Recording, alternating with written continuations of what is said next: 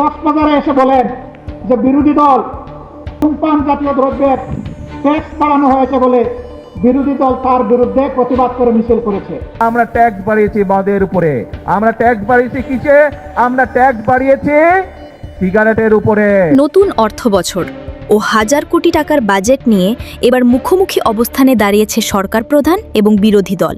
সম্প্রতি কক্সবাজারে দেওয়া প্রধানমন্ত্রী তারেক রহমানের একটি বক্তব্যকে সম্পূর্ণ মিথ্যা ও ভুয়া বলে উড়িয়ে দিয়েছেন জামায়াতে ইসলামীর আমির ডক্টর শফিকুর রহমান।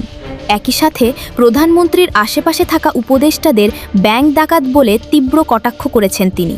বাজেট কেন্দ্রিক এই রাজনৈতিক বাদানুবাদ এখন দেশের রাজনীতির মাঠে তুমুল উত্তেজনা সৃষ্টি করেছে।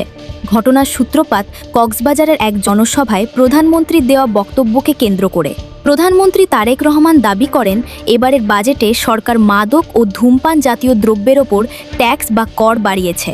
আর ঠিক এই কারণেই নাকি বিরোধী দলগুলো ক্ষুব্ধ হয়ে বাজেটের বিরুদ্ধে প্রতিবাদ ও মিছিল করছে।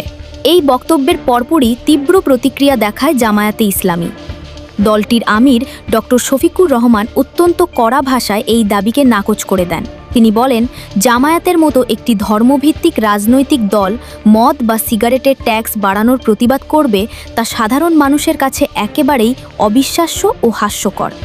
প্রধানমন্ত্রী এমন মন্তব্যের পর জামাত আমির তার আশেপাশে থাকা উপদেষ্টাদের যোগ্যতা নিয়ে বড় প্রশ্ন তোলেন।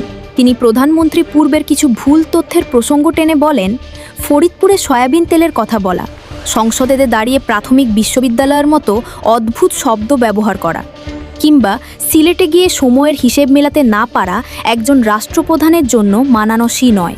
তিনি ক্ষোভ প্রকাশ করে বলেন, উপদেষ্টাদের দেওয়া ভুল তথ্যের ওপর ভিত্তি করে দেশ পরিচালনা করলে খোদ প্রধানমন্ত্রী যেমন বিভ্রান্ত হবেন, তেমনি গোটা জাতি ক্ষতিগ্রস্ত হবে। অর্থনৈতিক বিশ্লেষকদের মতে এবারের বাজেট নিয়ে বিরোধী দল এবং সাধারণ মানুষের অসন্তোষের মূল কারণ মদ বা সিগারেট নয়, বরং তাদের মূল ক্ষোভের জায়গাটি হল নিত্য প্রয়োজনীয় জিনিসের আকাশছোঁয়া দাম এবং ধনী দরিদ্র নির্বিশেষে সবার ওপর চাপিয়ে দেওয়া ভ্যাটের পরোক্ষ বোঝা। এছাড়া কালো টাকা সাদা করার ঢালাও সুযোগ দেওয়ায় সৎ করদাতারা চরম অপমানিত বোধ করছেন। মূলত সাধারণ মানুষের এই পকেট কাটার আসন সমস্যাগুলো আড়াল করতেই প্রধানমন্ত্রী বিষয়টিকে সম্পূর্ণ ভিন্ন এবং হালকা একটি খাতে প্রবাহিত করার চেষ্টা করেছেন বলে দাবি বিরোধীদের। শফিকুর রহমানের বক্তব্যের সবচেয়ে তীক্ষ্ণ অংশটি ছিল প্রধানমন্ত্রীর উপদেষ্টাদের নিয়ে। তিনি সরাসরি অভিযোগ করেন, যারা কুখ্যাত ব্যাংক ডাকাতদের গাড়িতে চড়ে সংবর্ধনা নেন তাদের দ্বারা সরকার জনগণকে কিছুই দিতে পারবে না।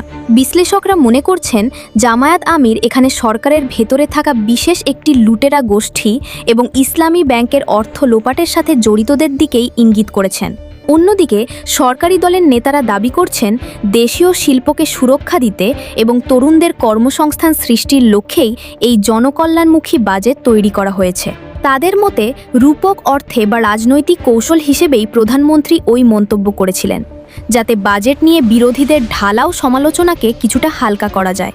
সাধারণ মানুষের প্রকৃত সমস্যা সমাধান নাকি রাজনৈতিক কৌশলের লড়াই। বাজেট বিতর্ক শেষ পর্যন্ত কোনো দিকে মোড় নেয়, এখন সেটাই দেখার বিষয়। সাধারণ মানুষের অধিকার নিশ্চিত করতে এবং দেশের অর্থনৈতিক স্থিতিশীলতা রক্ষায় সরকার ও বিরোধী পক্ষ দায়িত্বশীল ভূমিকা পালন করবে, এটাই এদেশের সচেতন নাগরিক সমাজের প্রত্যাশা।